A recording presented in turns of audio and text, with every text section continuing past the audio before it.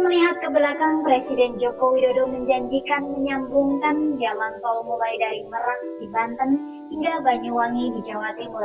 Banyak orang yang bilang itu sulit diwujudkan, namun perlahan mimpi tersebut terus ditapaki. Saat ini tol Trans Jawa tersambung hingga Probolinggo.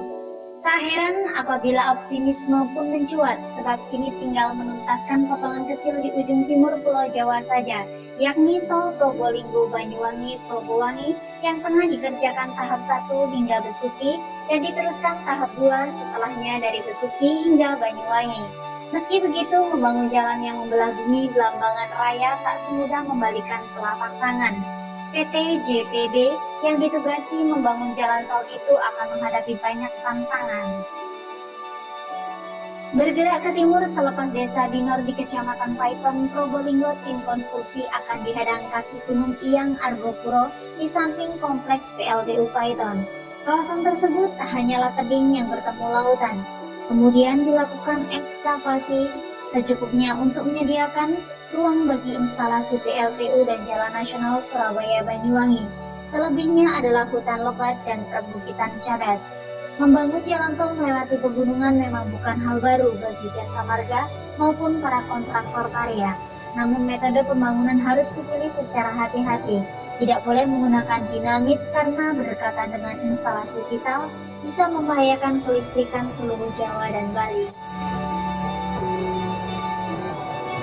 Tol Probowangi akan meliuk mendaki punggung Gunung Lurus di areal sebelah selatan Jalan Nasional melewati kompleks transmisi listrik PLTU Paiton. Gunung Lurus tak semudah itu dilewati, kontur Gunung Lurus berlembah-lembah. Rencananya JPB membuat jembatan yang melayang di atas ceruk lembah Gunung Lurus. Kalau benar jadi, pemandangan akan seindah jembatan tol di Cipularang. Jika lembah tidak terlalu curam, jalan akan menuruni lembah.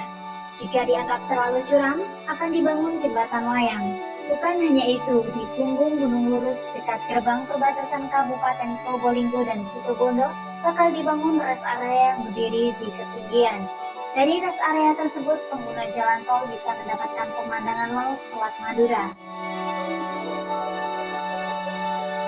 Terus ke utara, jalan tol memasuki tantangan lain, yakni melintasi Gunung Ringgit alias Gunung Putri Tidur di kawasan Pasir Putih, Bungatan, Situbondo. Selepas Besuki saja sudah terlihat leher dan dagu sang Putri Tidur menjulang tinggi di kejauhan. Pengguna jalan tol bisa menikmati pemandangan sawah di bawah kaki kegunungan dari rest area Melandingan. Hanya terdapat beberapa ratus meter lahan datar antara kaki Gunung Ringgit dan kawasan pesisir Pasir Putih. Itu pun beberapa sudah ditempati jalan nasional. PT JPB akan membuat akses masuk tol di dekat kawasan pantai Pasir Putih dekat Hotel Pabin. Diharapkan para pengguna jalan tol yang ingin melepas lelah biar keluar sejenak menuju kawasan pantai Pasir Putih. Kawasan wisata itu pun bakal tumbuh besar. PT JPB juga membangun beberapa akses tol di titik-titik strategis. Tantangan terberat barangkali adalah selepas Kecamatan Asam Bagus Situbondo, yakni kawasan Taman Nasional Baluran. Selain dihadang hutan lebat, sempat muncul isu tentang sulitnya mewujudkan jalan tol karena melewati kawasan konservasi dan pusat latihan tempur 5 Marinir Baluran. Di tengah kawasan Taman Nasional, PT JPB membangun akses tol di dekat Waduk Bacul Mati. Pengguna bisa keluar tol dan mampir di kawasan hijau tersebut untuk sekedar melepas lelah. Ke timur lagi, sebuah rest area akan dibangun di dekat kawasan pantai Watu Dodol, lagi-lagi dengan pemandangan laut yang luar biasa. Setelah melewati kegelapan rimba Baluran, jalan tol akhirnya menemui garis finish di Pelabuhan Ketapang, Banyuwangi. Lagi-lagi PT JPB harus membangun jalan tol di punggung pegunungan. Di Ketapang, trase jalan tol rencananya melewati kaki Gunung Ijen, sekitar 500 meter di barat jalan nasional.